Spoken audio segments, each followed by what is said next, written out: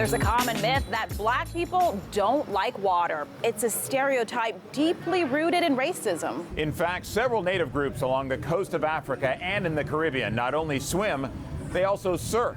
Today we are squashing the stigma. Surfing is Southern California. It's how we play, how we express our culture, our fashion. It's a way of life that is unique to us. But Southern Californians didn't invent the sport. Let me take you back, way back, to where surfing began.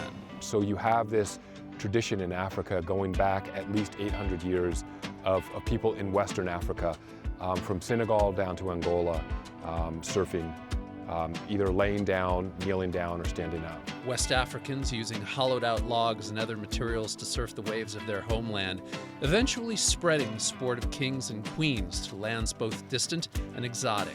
Professor Kevin Dawson at the University of Merced is a historian and a surfer.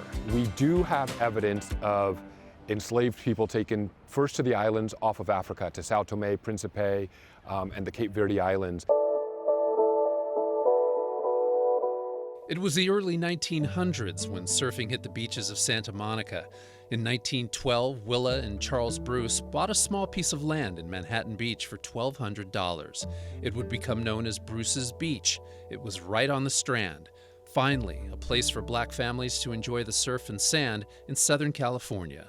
It was a place that was successful for almost 20 years. Allison Rose Jefferson wrote the book on Southern California black history. She's chronicled the brutal injustice of the eventual demise of Bruce's Beach and black surfing. And they were able, with some harassment by the Ku Klux Klan, to push African Americans out. These were brutal times for local blacks, but the wave would eventually break. A black surfer named Nick Gabaldon would be the first to blend in with white surfers at the famous Point Break of Malibu's Surfrider Beach. Gabaldon shredded the world-class right. The white surfers were in awe. Even though he was of black and Mexican descent, he was respected. The surfing skills of Gabaldon, honed at Malibu, would make him a legend, but the racism and roadblocks he faced to get in the water there was an injustice. Surfers at that time, in the 1950s, welcomed him, but he wasn't allowed to actually go into Malibu. I think it's important for us to share this story in places like Compton, and just inspire generations of African Americans. David Mesfin was born in Ethiopia and came to Southern California as a kid. His fascination with surfing led him to make a documentary called Wade in the Water. That really put a lens around what it is to be a black surfer, and just making it easy, I think, for people of our community to go out in the water. David's film is visually stunning, and it teaches us the rights and wrongs of a sport that can bring its rider as close to Mother Nature as is humanly possible.